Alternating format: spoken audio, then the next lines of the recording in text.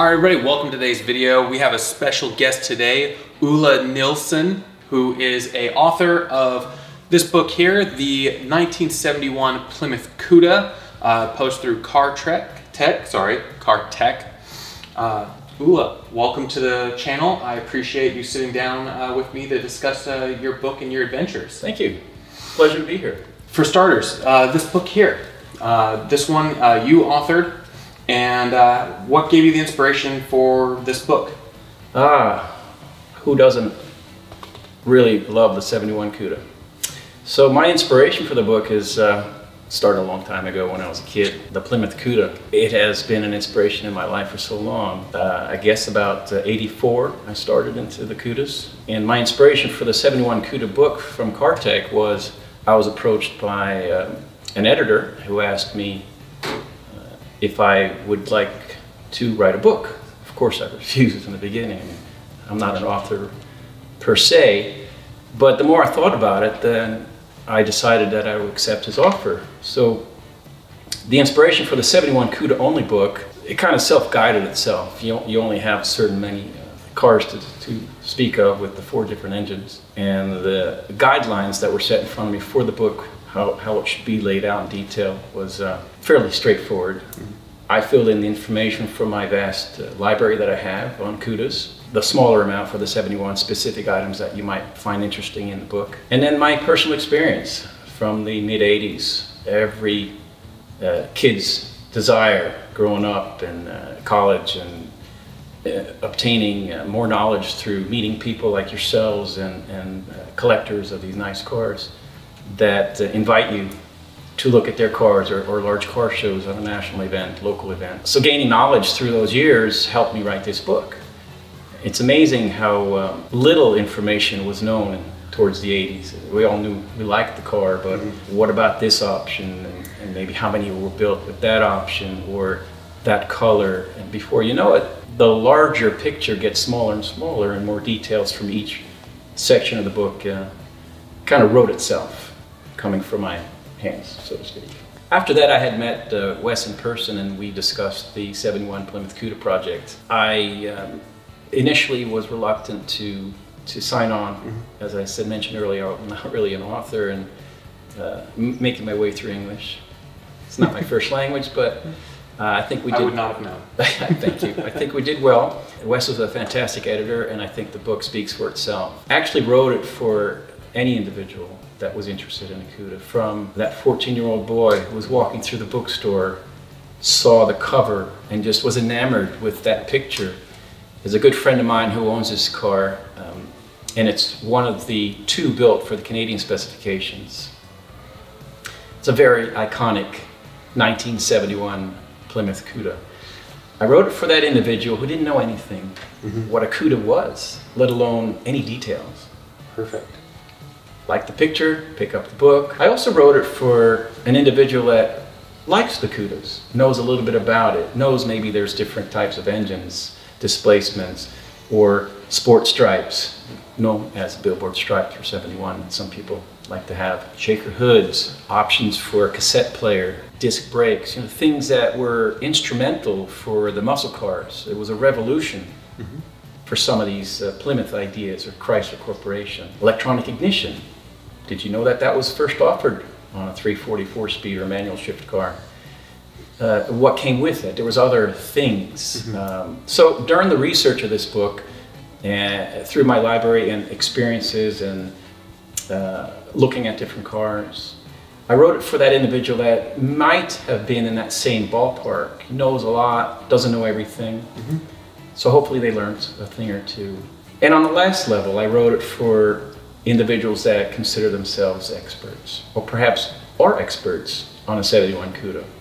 Someone that's been around them most of their life, restores them for a living, restores them for a hobby, plays with them on a personal basis, and I know everything about that car. There are some people like that, and I surprise them with a tidbit or 2 in the book. Amazing. That's what I wanted when I had a goal of writing it. When I was first committed to writing it, I had an idea in my mind, and I fulfilled that by front to back on this book. Somebody that didn't know anything, or somebody that knew everything, or the guy in between. That's truly inspiring. I know for me, the 71 Hemi Cuda convertible is what got me involved in Mopar muscle cars. My dad was a Chevy guy. As we talked earlier, had multiple Tri-5 Chevys. He currently has a 57 Nomad. But when I was in those impressionable ages, Nash Bridges was that show that got me hooked. And he drove that 71 Hemi Cuda convertible, the yellow one. And I've, to this day, have been chasing that dream to one day purchase one of those cars. Of course, it'd be a clone car as those were, but they are truly beautiful cars. Probably the most aggressive muscle car, in my opinion, from the entire era of any of the cars from any of the manufacturers has to be the 71 Cuda with that incredible shark tooth grille and the gills on the fenders, and it's just an absolute menacing looking car. Beautiful car. They any color, any set of options, the cars just command the presence. And thank you for writing such an amazing book on these cars. Definitely is a car that is worthy of having at least one, if not multiple books covering it, and you did an amazing job with this book. Thank you. I'd like to close out on the book with just sharing it with your viewers that it's not just in the United States or Canada. These cars are well known around the world. In fact, in my line of business, I afford the luxury of travel. I travel the world for a living.